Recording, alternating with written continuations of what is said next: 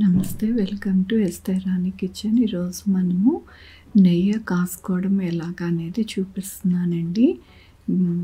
వెన్న తీయడం అనేది చూపించట్లేదు.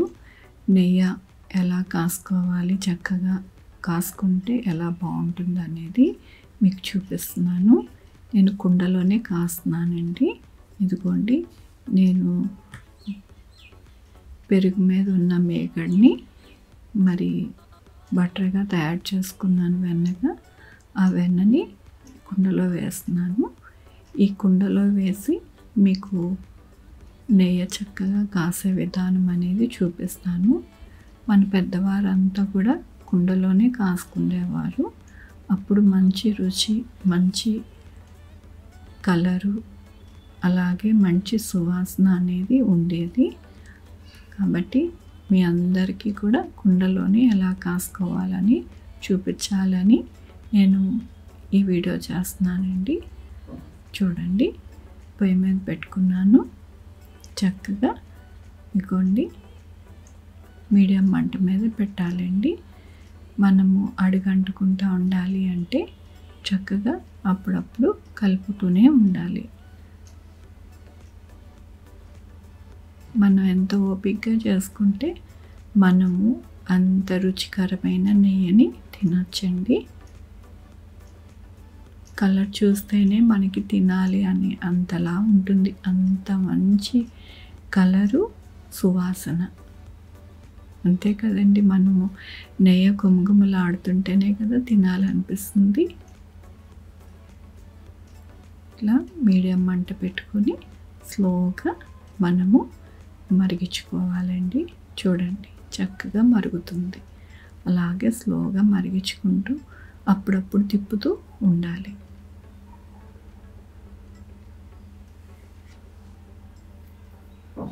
ఇప్పుడు అడుగు పట్టకుండా ఉంటుంది. అలాగే మంచిగా మరుగుతుంది. అడుగు పట్టేసింది అనుకోండి, మనకి మంచి నెయ్యి వాసన అనేది లేకుండా మాడిపోయిన వాసన అనేది వస్తుంది అన్నమాట. అందుకోసమని మనము చాలా జాగ్రత్తగా కలుపుకుంటూనే మనము నెయ్యి కాసుకోవాలి. ఇదివరకు పెద్దవారు పిడకలు పొయ్యి మీద పెట్టి చక్కగా స్లోగా మరిగించుకునేవాళ్ళండి. చూసారా, చక్కగా నెయ్యి పైకి వస్తుంది. చూడండి, మెల్లిగా మన నెయ్యి ప్రిపేర్ అయిపోతుంది.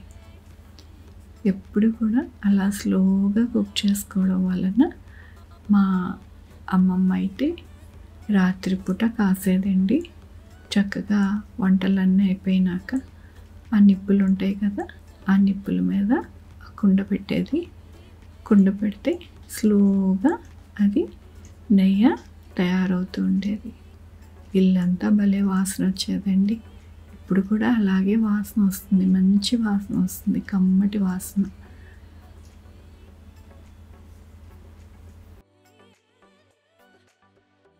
నేను అమ్మమ్మ దగ్గర నేర్చుకున్నానండి. అమ్మమ్మ తమలపాకు వేసేవాళ్ళు. తమలపాకు వేయడం వలన నెయ్యి చాలా బాగుంటుంది అని చెప్పేవారు. అందుకనే నేను ఎప్పుడు కాసినా కూడా తమలపాకు వేస్తాను. ఒక్కొక్కసారి తమలపాకు లేనప్పుడు కరివేపాకు కూడా 4 ఆకులు వేస్తారండి. కానీ తమలపాకే బాగుంటుంది, నాకు నచ్చుతుంది. తమలపాకు వేస్తారు అసలు అందరూ కూడా. చూడండి, చక్కగా నెయ్యి అంతా కూడా పైకి వస్తుంది. మన గోదావరి కిందకి వెళ్తుందండి. గోదావరి అస్సలు మాడకూడదు. మాడింది అంటే మన నెయ్యి టేస్టే పోతుంది. కాబట్టి మాడకుండా ఉండేలాగా అంటే అప్పుడప్పుడు మనం తిప్పుతూనే ఉండాలి. మరి ముఖ్యంగా ఈ స్టేజ్లోనండి తిప్పుతూనే ఉండాలి, లేకపోతే తొందరగా మాడుకొచ్చేస్తుందండి నెయ్యి. తిప్పుతూ ఉండాలండి చక్కగా, అప్పుడు అడుగు పట్టుకుంటూ ఉంటుంది. చెప్పాను కదండి, ఈ గోదావరి మనకి కనపడుతుంది కదా ఇందాక, ట్రాన్స్పరెంట్గా నెయ్యి కూడా కనపడుతుంది కదా. అప్పటి నుంచి మాత్రము మీరు కలుపుతూ ఉండాలి. లేదంటే గోదావరి అడుగుకు వెళ్ళి లైట్గా మాడడం స్టార్ట్ అవుతుంది.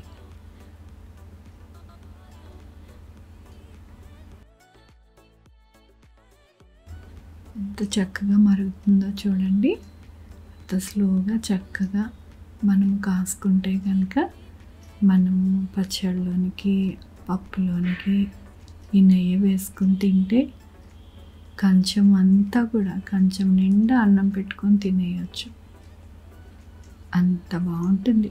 ఆ వాసనకి మనము చక్కగా ఆవకాయ పచ్చడి కానీ, మామిడికాయ పప్పు కానీ ఏదైనా వేసుకుంటే కూడా భలే రుచిగా ఉంటుందండి. ఇంకోండి, నెయ్యి ఎలాగా అయిందా లేదా, ఎప్పుడు అయింది అని చాలామందికి డౌట్ ఉంటుంది. ఇలాగ బుడగలు వస్తున్నాయి చూసారా?